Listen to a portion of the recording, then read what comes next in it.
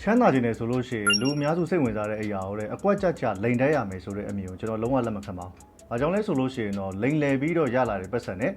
wealth creation တွေကလုံးဝမတူလို့ပါ။လူတယောက်စီကနေလိန်ပြီးတော့သူ့စီကငွေ10သိန်းယူလိုက်တယ်ဆိုလို့ရှိရင်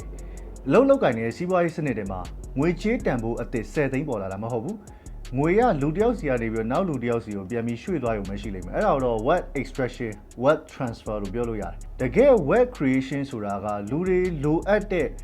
product တွေ service တွေကိုဖန်တီးပေးတာ service တွေကိုတစ်ခုကနေပို့ပြီးတော့ကောင်းမွန်အောင်လုပ်ဆောင်ပေးတာကုန်ကျစရိတ် cost short ချပေးတာအချိန်ချွေတာအောင်လုပ်နိုင်တာနည်းပညာသစ်တွေဈေးကွက်တွေကိုဖန်တီးပေးနိုင်တာအလုပ်ကိုင်ခွင့်လန်းသစ်တွေဖန်တီးပေးနိုင်တာကုန်ပြောရလို့ရှိရင် productivity တိုးမြင့်စေတဲ့အရာအားလုံးကိုကျွန်တော်တို့ကဒါကိုပြောလို့ရတယ် World Bank ရဲ့ data အချက်လက်တွေကကမ္ဘာတစ်ဝန်းလုံးမှာ SME small medium business တွေလုပ်ငန်းအားလုံးကဒီဈေးကွက်ရဲ့90%မှာရှိနေပြီးတော့အလုပ်ကိုင်ခွင့်လန်း90%ကျော်ကိုတို့ကဖန်တီးပေးထားတယ်အဲ့တော့ဒီမိတ်ဆွေပြောတဲ့ပုံစံကြည့်လို့ရှိရင်လုပ်ငန်းရှင်တွေတန်းနဲ့ချီပြီးတော့လူတွေအကုန်လုံးဝိုင်းမိလိန်နေကြရလားမဟုတ်ဘူးเนาะလူတယောက်ကမုတ်ဆိုင်ဖွင့်လိုက်တယ်စားကောင်းလို့ customer များလာတယ်အဲ့ဒီဆိုင်တစ်ဆိုင်လေးကနေပြီးတော့သူစူးစမ်းရတဲ့အတွက်နောက်ထပ်10ဆိုင်ပိုင်လာတယ်အဲ့ဒီ10ဆိုင်မှာဝန်ထမ်း200အထိသူခန့်အပ်ထားနိုင်တယ်အဲ့ဒီနေရာနောက်မှာဒီဝန်ထမ်းတွေကိုမှီခိုနေတဲ့သူတို့ရဲ့မိသားစုတွေရှိလိမ့်မယ်သူတို့ရဲ့ဆွေမျိုးတွေရှိလိမ့်မယ် programmer တယောက်က software တစ်ခုကိုရေးလိုက်တယ်အဲ့ဒီ software ကလွယ်ကူတဲ့အဆင်ပြေတဲ့အသုံးပြုရတာကောင်းတယ်အဲ့တော့လူတစ်သန်းလောက်အသုံးပြုတဲ့ product တစ်ခုဖြစ်လာတယ်နောက်တစ်ခုကတော့ delivery service လုပ်ငန်းတစ်ခုလို့ပဲပြောကြပါတော့ဗျာ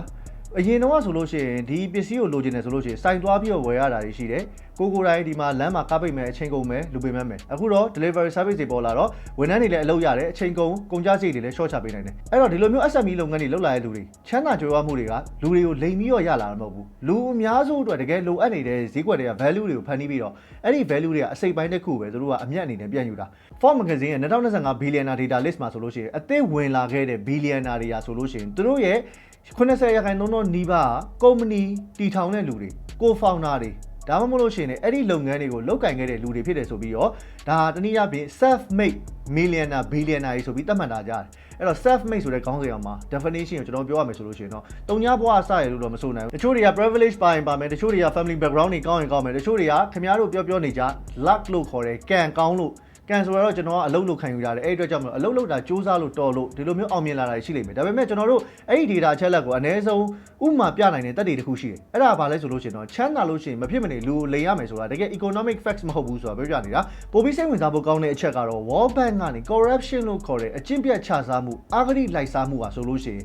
investment အသစ်တွေကိုတားဆီးတဲ့အတွက်ကြောင့်မလို့ဒီလုပ်ငန်းအတွက်ဒီအဖွဲ့အစည်းအတွက်ဒီနိုင်ငံအတွက် growthတိုးတက်မှုနဲ့ job creation လုပ်ငန်းကိုင်ခံအသစ်တွေကိုအများကြီးထိခိုက်စေတယ်လို့သူတို့ဖော်ပြထားတယ် corruption ကိုကောင်းကောင်းထိန်းချုပ်နိုင်တဲ့နိုင်ငံတွေရာဆိုလို့ရှိရင်သူတို့ရဲ့ပိုင်ဆိုင်တဲ့ resource နည်းနည်းလေးပဲရှိပါသေးတယ်အဲ့ဒီ resource ကိုပိုပြီးထိရောက်စွာအသုံးချနိုင်တဲ့အတွက်ကြောင့်မလို့ investment တွေကိုအဖက်ဖက်ကနေဆွဲဆောင်နိုင်တယ်ဆိုပြီးတော့သူတို့ကထုတ်ပြန်လာတယ်အဲ့ဒီအတွက်ကြောင့်မလို့မိတ်ဆွေအနေနဲ့ crony နဲ့ပေါ့မှချမ်းသာမယ်လက်ပေးလက်ယူလုံးမှစီးပွားရေးလုပ်လို့ရမယ်လိန်တက်မှပတ်စံဝင်မယ်ဆိုတဲ့အတွေးတွေကချမ်းသာခြင်းရဲ့စီမင်းကြီးကမဟုတ်ဘူးဆိုတော့ကျွန်တော်ပြောချင်တယ်အကျင့်ပြတ်စနစ်တစ်ခုထဲမှာအချို့သောလူနည်းတစုသာအကျိုးမြတ်ရနိုင်တဲ့နည်းလမ်းတွေဖြစ်နိုင်တာပဲရှိရလို့ပြောချင်တယ်အဲ့တော့အဲ့နှစ်ခုကိုမရောသိဘူးတကယ်တော့လူတစ်ယောက်ကိုချမ်းသာစေတဲ့အခြေခံ formula ရိုးရိုးရှင်းရှင်းလေးပဲခင်ဗျားအနေနဲ့ value create လို့ eco create လို့တဲ့ value ကို ownership ရအောင်လုပ်ပြီးလို့ရှိရင် scales လို့ပြီးရင်အဲ့ဒီလုပ်ငန်းထဲမှာအဲ့ဒီ product service ထဲမှာ reinvest ဒီနည်းမျိုးနဲ့မှုပြန်ထည့်ပြီးရင် compound လုပ်ပြီးတော့ပွားမြန်မာမှာလူအချို့ကြားမှာပတ်စံရှိတဲ့လူဆိုလို့ရှိရင်မကောင်းတာတစ်ခုလုပ်ထားရဆိုပြီးတော့ပဲအတွေးမြင်ရှိနေတာကိုလည်းပြောင်းလဲဖို့လိုမယ်လို့ကျွန်တော်ထင်တယ်